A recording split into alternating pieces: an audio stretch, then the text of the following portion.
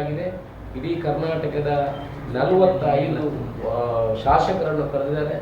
ನಾನು ಚರ್ಚೆ ಮಾಡಿ ನಮಗೆ ಎತ್ತಿನ ಹೊಳೆಯ ನೀರು ನಿಮಗೆ ಕೊಡ್ತೀವಿ, ನಾನು ಪಕ್ಷವಾಗಿ ಯಾವುದು ದುಡ್ಡು ಕೊಡೋದಿಲ್ಲ, ಎತ್ತಿನ ಹೊಳೆಗೆ 26,000 ರೂಪಾಯಿ ಕೋಟಿ ಕೊಡ್ತಾರೆ.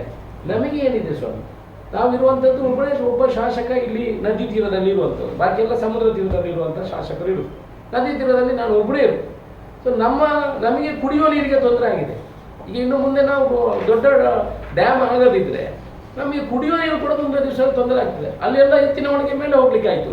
ನಾವಿಲ್ಲಿ ಶೇಖರಣೆ ಮಾಡೋದಿದ್ರೆ ನಮಗೆ ಖಂಡಿತ ಇನ್ನೂ 10-15 ವರ್ಷ ಆಗುವಾಗ ನಮಗೆ ಕುಡಿಯುವ ನೀರಿಗೆ ಬರೆಗಳು ಬರ್ತದೆ. ಅದಕ್ಕೆ ನಾವು ಕೊಟ್ಟಿರುವಂಥದ್ದು 352 ಕೋಟಿ ರೂಪಾಯಿ. ಉಪ್ಪಿನಂಗಡಿಯಲ್ಲಿ ದೊಡ್ಡ ಬ್ರಿಡ್ಜ್, ಇನ್ನೊಂದು ಬರಲಿಕ್ಕಿದೆ ಕಟಾಡದಲ್ಲಿ 250 ಕೋಟಿ. ಅದು ಎರಡು ಬಂದರೆ ಜೀವನ ಪರ್ಯಂತ ನಮ್ಮ ವಿಧಾನಸಭಾ ಕ್ಷೇತ್ರಕ್ಕೆ ಕುಡಿಯುವ ನೀರಿಗೆ, ತೋಟಕ್ಕೆ, ಕೃಷಿಗೆ, ಅಂತರ್ಜಲಕ್ಕೆ ಯಾವುದೇ ತೊಂದರೆಗಳಿಲ್ಲ.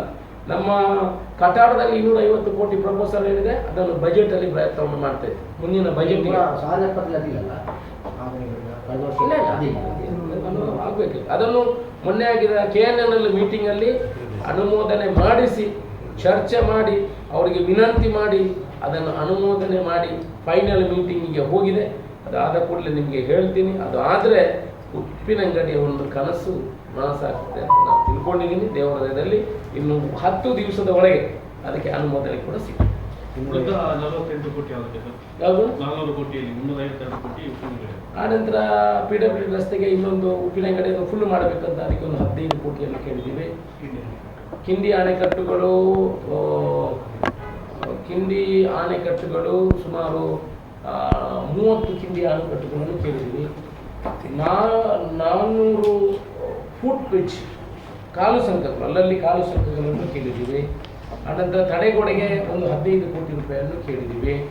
ನಮ್ಮ ಗ್ರಾಮ ನಮ್ಮ ರಸ್ತೆಯಲ್ಲಿ ಸುಮಾರು 250 ಕೋಟಿ ರೂಪಾಯಿ ಅನುದಾನಗಳನ್ನು ಕೇಳಿದ್ದೇವೆ. ಇದೆಲ್ಲ ನಮ್ಮ ಬೇಡಿಕೆ. ಅದು ಬಂದರೆ ಈ ವರ್ಷ ಕೂಡ ನಾವು 1,000 ಕೋಟಿ ದಾಟಬಹುದು. ಬಂದ ಮೇಲೆ ನಿಮ್ಮನ್ನೆಲ್ಲ ಕರೆತ ಹೇಳ್ತೀನಿ, ಆಗೋ ಮೊದಲು ಹೇಳೋದಿಲ್ಲ. ನಮ್ಮ ಗ್ರಾಮ ನಮ್ಮ ರಸ್ತೆ ಆಲ್ಮೋಸ್ಟ್ ಆಗಿದೆ. ಅದರಲ್ಲಿ ನಾವು ಒಂದು 200 ಕೋಟಿ ಬರಬಹುದು ಅಂತ ನಮ್ಮ ಅನಿಸಿಕೆ. 1 ಕೋಟಿ ಸಿಮೆಂಟ್